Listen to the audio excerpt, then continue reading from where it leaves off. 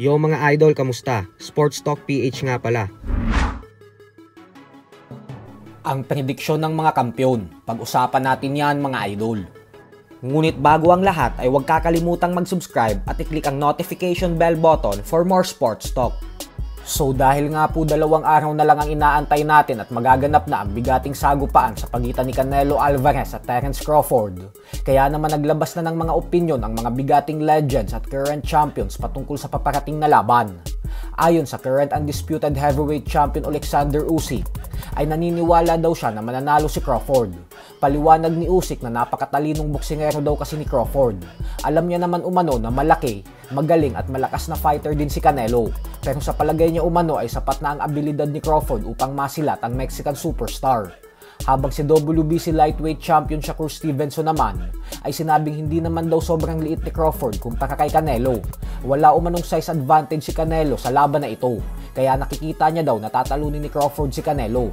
Samantala, ang British boxing legend Amir Khan naman ay pumanig din kay Crawford nang dahil sa masariwang fighter daw ito kumpara kay Canelo na bugbog na ang katawan nang dahil sa dami na nang naging laban ito.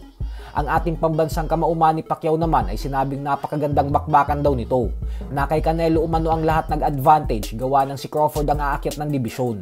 Kaya sa palagay niya umano ay si Canelo ang mananaig sa bakbakan na ito. Ang former welterweight champion naman na si Sean Porter ay sinabing 50-50 fight daw ito pero naniniwala din umano siya na makukuha ni Crawford ang tagumpay. Habang ang current WBO junior welterweight champion naman na si Teofimo Lopez ay sinabing masyadong malaki at malakas daw si Canelo.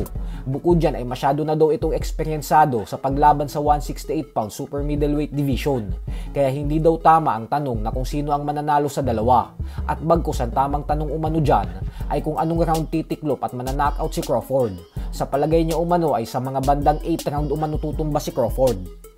Sa kabilang banda naman mga idol ay sa kabila nga po ng sobrang nang nasasabik ang milyon-milyong fight fans sa buong mundo nang dahil sa Canelo vs Crawford ay tila hindi nga po ito kinakagat ng former welterweight king na si Kit One-Time Thurman. Bumanat po kasi ito na para sa kanya umano ay hindi naman daw totoong laban ang Canelo vs Crawford at bagkus isa daw itong celebrity fight.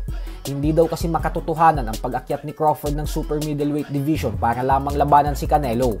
Lalo pat pwede lang naman daw itong makipagnegosasyon na magtuo sila sa isang catchweight fight sa 162 pounds.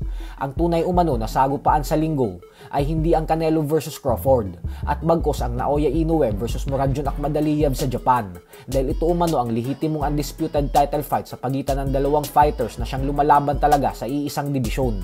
So hanggang dito na lang po muna tayo mga idol. Sports Talk PH, kakaiba ang laban ng mga Pinoy, lakas at dedikasyon ng armas na tinuon, kamaong nagbabaga ang sayo ay babaon.